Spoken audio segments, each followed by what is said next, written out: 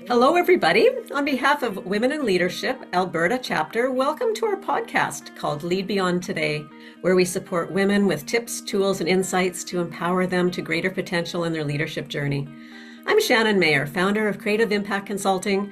I am an executive and leadership coach and leadership development consultant, and a very proud committee member of the Women in Leadership Alberta and co-chair of the Calgary chapter. Hi, everybody, and I'm Heather Thompson, and I'm the owner of Bold and Brave Coaching and Luma Lead.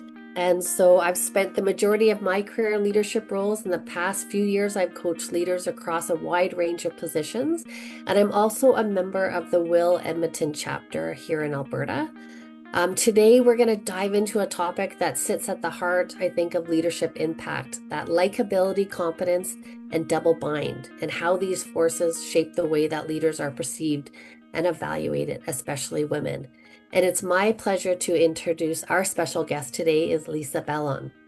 So Lisa Bellon is the owner of LBC Coaching and Consulting, is an ICF credentialed leadership coach, facilitator, and organizational effectiveness professional with over 20 years of experience in healthcare and community-based organization. Lisa works with women leaders at all stages of their career, from new and aspiring leaders to senior executives, supporting them to lead with clarity, confidence, and authenticity at work and life. Lisa is also certified as a Dare to Lead facilitator with Brene Brown, a crucial conversations facilitator, and has completed the Playing Big facilitator training with Tara Moore, author of Playing Big. And that's how I met Lisa, through that training. She holds a Bachelor of Social Work from McMaster University and a Master of Education in Workplace Learning and Change from the University of Toronto. So Shannon and I are so excited to have this conversation today with Lisa. So welcome, Lisa. Thank you. I'm very excited to be here. Thank you. Especially such a great topic. Thanks for inviting me. Yeah. Well, this is really super. So, welcome, welcome. So, let's just jump into this topic and we'll just start with a couple of questions. But I just want to just get some clarity because, as for many women, they're probably pretty new to this concept. And, just the wording, just that language of likability and double bind, I'd love to hear more about it. But if you think about it, how would you describe likability, competence, and double bind? And what does it mean? And why does it matter to women? Yeah, so I was introduced to the topic in the training with Tara Moore, author of Playing Big, and it hit me like whoa when she introduced this topic. And it is around our evaluation of people in general about how likable they are. Our first 7 seconds when we meet somebody is determining how likable is this. Do I like this person? We judge that really quickly. And in leadership roles and elsewhere, also, we decide, are they competent? Are they capable of doing something? So in the realm of work, we evaluate people, say, it comes down to a bit of a safety instinct. Do I feel safe around this person? Do I trust this person? And that's kind of and some of it is that likability piece, but it also ties into the competence piece, because it's like, do I feel safe that this person is going to have my back? And are they capable of doing the job and guiding the work that we need to do? So it's along that continuum. Everyone's evaluated, but the double bind piece is that women are judged on both spectrums, and often it leans into one or the other. So you're either likable, do we like you, or they're not very competent. So it's less for men. It's less for men when they are seen as competent. Whether they're likable or not doesn't really impact. But for women, we absolutely judge them if they're leaning into competence, capability, directness, and not showing a lot of warmth. So I'll leave that there with that answer at this point. 7 seconds. Okay, that's an interesting statistic, and I guess we can all walk away with that reflection. Do I judge in 7 seconds? It's interesting. Yeah.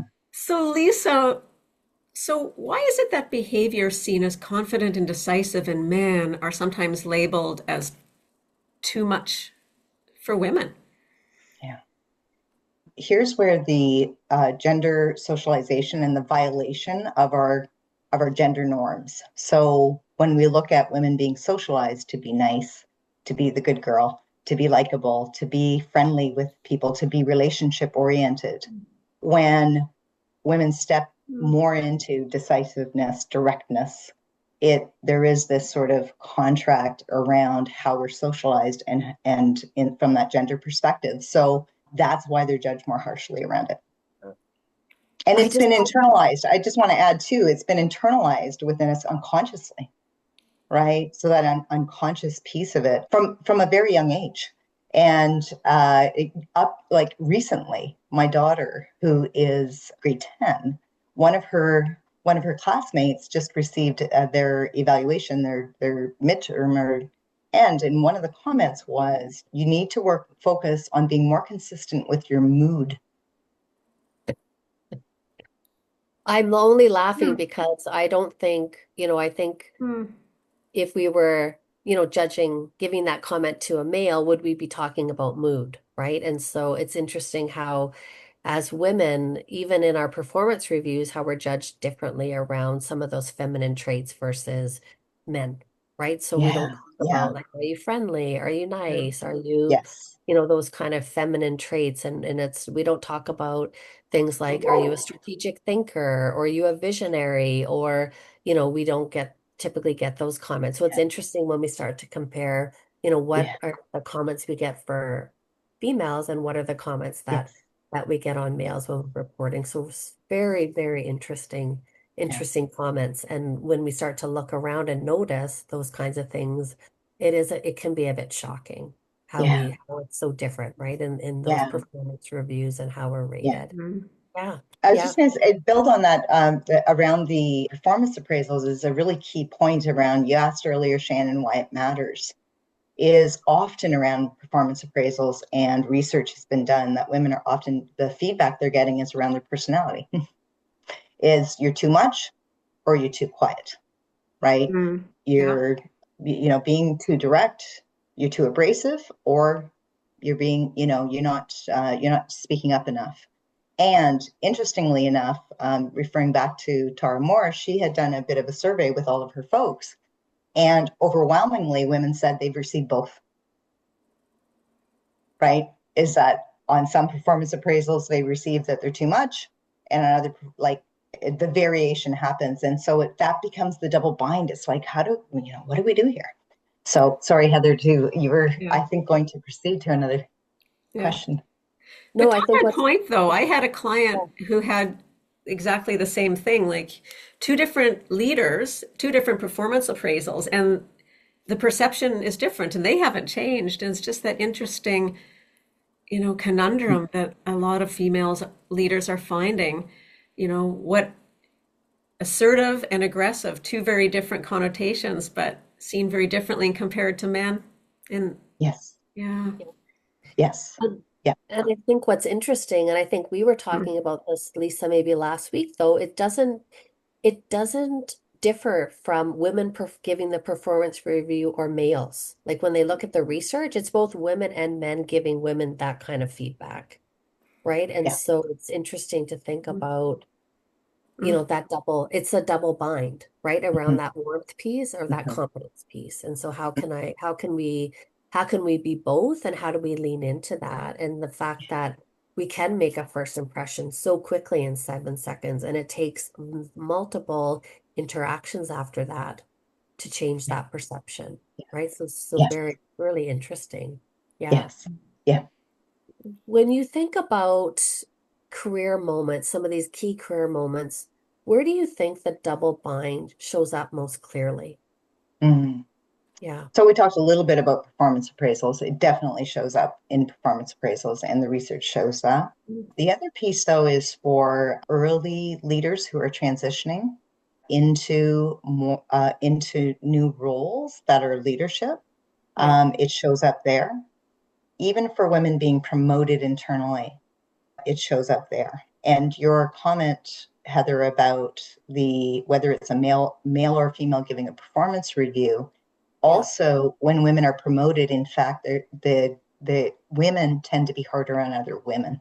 Mm. and judge them for that, judge them along the likability competence scale harsher. Yeah.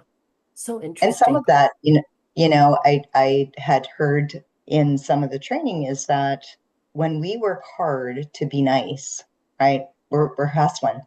We're Yeah. hustling to be nice with people. And then we see someone who's being direct. Yeah. There's this sense of judgment around it.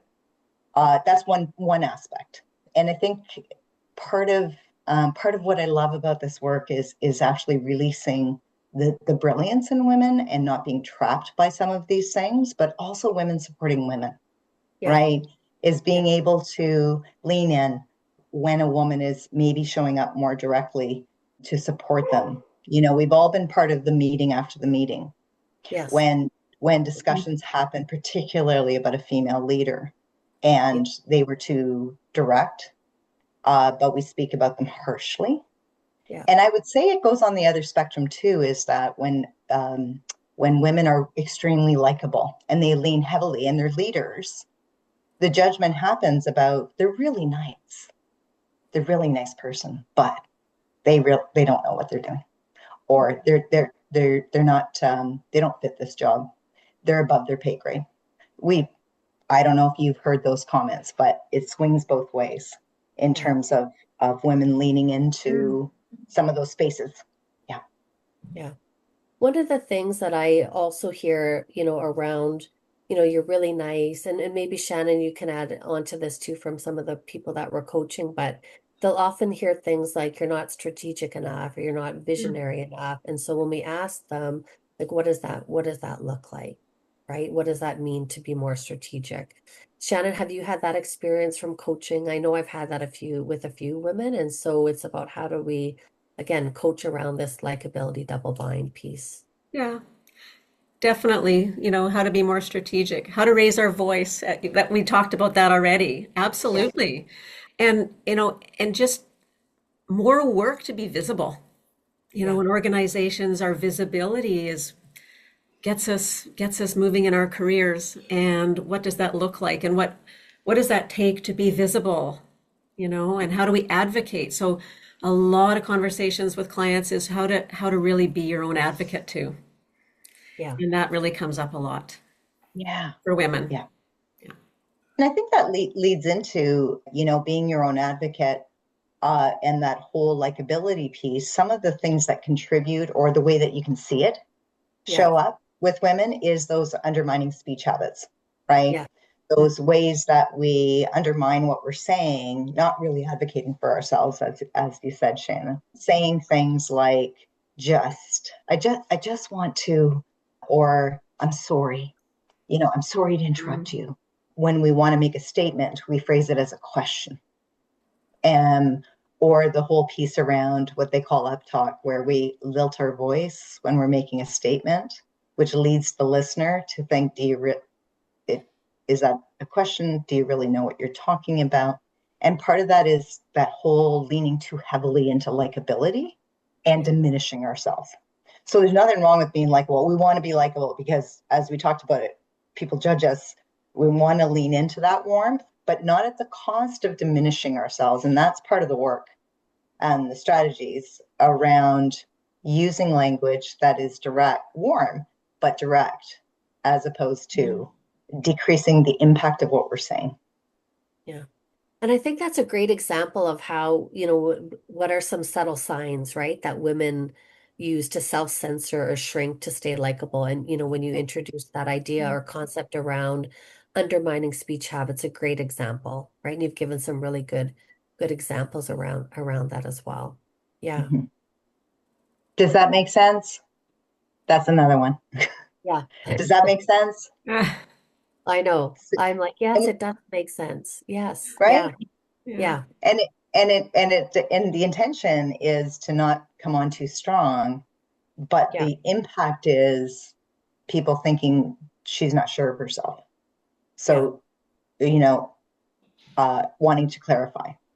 So, and again, it's not about hard rules. They become habits. We all have these habits. I'm working on them myself. This is not about being an expert in these things, but it's noticing when it's happening, being aware of it and pausing. Or if you're going into something really important is preparing for being direct. Yeah. I'm going to turn it over to Shannon. I feel like I've been asking lots, so I'm going to turn it over to Shannon. I know she has got some questions for you. So when we think about navigating that double bind, which is really, it sounds about warmth and authority, how can aspiring leaders hold that warmth and authority? Great question. I think first and foremost, and if anybody listens to anything on the likability competence, is being your authentic self. So this isn't turning yourself into a pretzel or becoming so performative that you are no longer who you are. so so getting into the strategies around how do you navigate that, the warmth piece. So again, that's where, as Heather had said, that's where people will judge you first and initially, and particularly with women over time. Even if I think you're warm, if you do something that feels not warm, the judgment can happen like that for women. Okay. So holding that relational piece. So it's around relationship with the other person, Mm. right? Not about being sappy or, self-deferent, all those things, but it's holding relationship with that person. And I love Kate Mason wrote a book, Powerful Likeability, I believe, and she talks about people wanting to be in your orbit. Yeah. And part of that is leaning into them and listening to them. So that's a strategy to be aware of, even when we want to get our point across. The competence piece and navigating that piece is being able to hold what it is you're wanting to advance in a really grounded way, right? So you're holding the warmth, you're in there with the warmth, but you're still advancing whatever you're wanting to move forward. And when I say advancing, is that influence that you're wanting to have in a grounded, authentic way on strategies such as removing those hedgers. So that's an example of navigating it, is removing the hedgers. Tara Moore talks about getting really good at stating your preferences clearly and making requests of other people clearly. So those are strategies in there as well to navigate both sides of it. And she talks about warmth, competence, warmth. So you're leaning in with that warmth piece, you're doing the competence piece, and then you're stepping back into relationship with the other person. A simple example, just to give you an example of it, is, and I always find that the email approach, like looking at emails, people might go, how do I become aware of this? Email, looking at how you write emails is a first easy thing to do. Do I start, as I craft something, am I putting in those qualifiers? Am I apologizing for taking up somebody's time? And beginning to practice some of those strategies on being clear about what you're asking, but also being warm as you're writing the email to the other person, connecting with them and closing with something warm. So that's a really easy, simple thing to practice, because it is practice. It's undoing some habits that we already have in place. For that. Shannon, you were about to ask me Yeah, well, there's something. that, just really what was coming up is the directness, and we're not, we find as women, we're not as direct. So it is about where you were going, as stating that clearly, feeling like we have something we can ask, we are valued in this moment, and this is the purpose here. Yeah, Yeah. yeah, yeah. And that Value, relationship, worth. connecting the relationship, and that's all things lead to that connection of that Yeah, relationship. The warmth is that they see you for that yeah, caring person, or yeah. yeah. You sparked something in me just as you said that, actually, is the relationship with the other person and then the relationship with ourselves.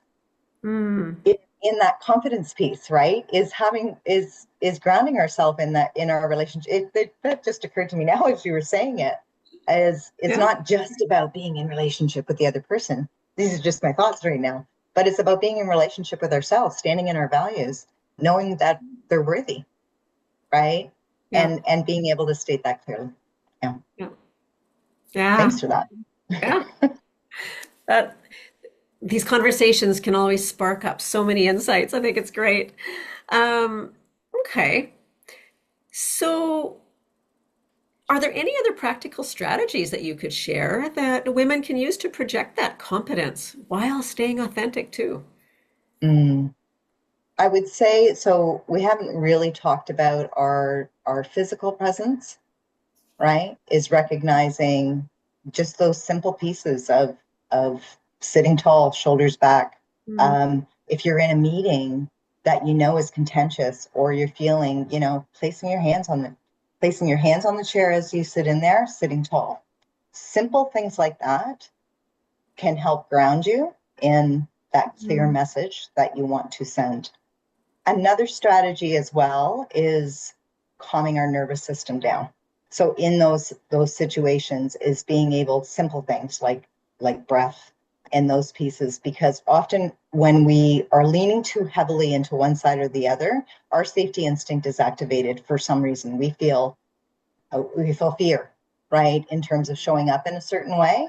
And so Mm. dismissing where our body plays a role in that and what's happening with our nervous system being activated, or amygdala, is calming down and doing that. Yeah. And Heather, I know you've done a little bit of this work as well. Is there any other strategies you would add? No, I think it's like, when you were talking, what was coming up for me was Amy Cuddy, when she's doing those power poses. So how do you lean into those power poses, and that also helps you to be your authentic self. I think breathing, Yeah, like you said, is so Mm. important. I know Shannon yeah, and I have talked about that around that wellness piece as well, like being able to do Yeah. that. And then one of the things we talked about when we were talking, before we did the podcast, we were about claiming it, that I am I am direct in my approach, and and being okay with that as well. So I thought that was really powerful, because that's yeah, authentic, and it's not shifting who you are as a person, yeah. but you're sort of staking your claim, and how you want to show up. So I think that's something else that was coming up as you were talking. Shannon, Yeah. anything else for you that's coming up around that? No, but well, yes, yeah, no, but it really links to a lot of work that we do around that executive presence, is how do we really show our that gravitas, our credibility.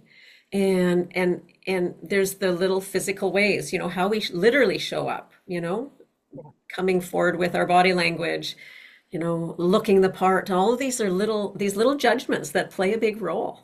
Yeah. And just our presence in that, and how do we set ourselves up to be actively present too, and our ability to connect to audiences, and that is our credibility, and we do that through those little subtle things. Yeah, yeah. Yeah. Yeah. Yeah. Lisa, I have one more question for you as we're wrapping up here. And so, if you could give one piece of advice to a woman stepping into her first leadership role Mm. who's afraid of being seen as too assertive, what would advice would you give them? I think my advice would be consider consider the message that you're wanting to send. What influence do you want to have? Yeah, How important is that to you? yeah, Right? Hmm. So, like, really doing some thinking around that, and then looking at those pieces of you're worth it, you have value to add, right? yeah, And if in delivering that message, you will be advancing something important into the conversation, into the organization, into the world, whatever that may be. I think getting grounded in your what you're trying to put forward, yeah, so that you can practice all these things we talked about in the yeah, session. yeah, I really want to reinforce it's about being authentic. So even the executive presence, the gravitas, those sorts of things, it is not about becoming a man. yeah, It's not about becoming somebody you're not. It is about really stepping into your authentic self yeah. and valuing what it is you're bringing forward. I love how you talk about authentic presence. And it's not about trying to be somebody that we're not, but it's about how do I lean into some of those areas, and learning how sometimes I have to dial something down or dial it up and to be Mhm. comfortable, but really being true and authentic to yourself. So, Lisa, we want to thank you so much. You want to add one more thing? I just want to add one more thing is you're not alone. Yeah. is get the support of Yeah. people around you. Get the support of, if you have a colleague and you're going into a meeting, getting that support around you, practice it Yeah. with somebody else and model it for each other. Yeah. Model it. Yeah. Yeah. Is there anything that, as individuals and peers are their leaders, are all part of that make up organizations? What would be something that organizations, other leaders can play Yeah, to yeah, yeah. tamp down that likability competence bind, Yeah, um, yeah, and start to really, allow it to flourish more for yeah, women leaders and yeah, those who are yeah, aspiring to grow in their career? sure. It's like anything. If when we have bias, when we have unconscious bias, we don't know it until it's revealed to us. Yeah. So some of that is training, and even though this is for women, is also bringing that into discussions around gender bias. The other thing, though, is around performance appraisals, is having structured performance appraisals that are clear about what the outcomes of that performance appraisal is, and recognizing the bias of giving people feedback on their personalities. And if there is feedback around how someone's showing up, it's more about giving them some coaching around how to have their message received, as opposed to their personality. You're too harsh, too Mm. this, too that. It's more, here's some opportunities I see for you to get your message forward. So I think in the performance appraisals, there's opportunity to do that. And again, I say this is for men and women, is recognizing, is once they're aware of the bias, is calling it out when it's happening. Yeah. Yeah. If we can't raise more awareness, then it just goes unnoticed. Yes. Yeah, it's a good point. Yeah. Okay. This has been great. Thank you. Yeah. This is a There's some, great discussion, Lisa, and thank you so much for coming on and being our guest and talking about this topic because it's something I think that we need to create more awareness around for sure. Mhm. So thanking you so much. And I want to thank everybody else for tuning in to Lead Beyond Today, Will Alberta, where we're about empowering women in leadership all across Alberta and Canada. Lisa's, like they said, of the Ontario area. So we hope today's episode has inspired you to lead with confidence and purpose. And if you want to connect with Lisa, we're going to have her information included in our episode show notes. So you can connect with her that way. And so don't miss out on our next episode where we're going to be talking about influence without authority. And remember, your voice matters, your vision is powerful, and your leadership shapes the future. Together, let's continue to break barriers and pave the way for a brighter tomorrow. Thanks, everybody. Thank you. thank you.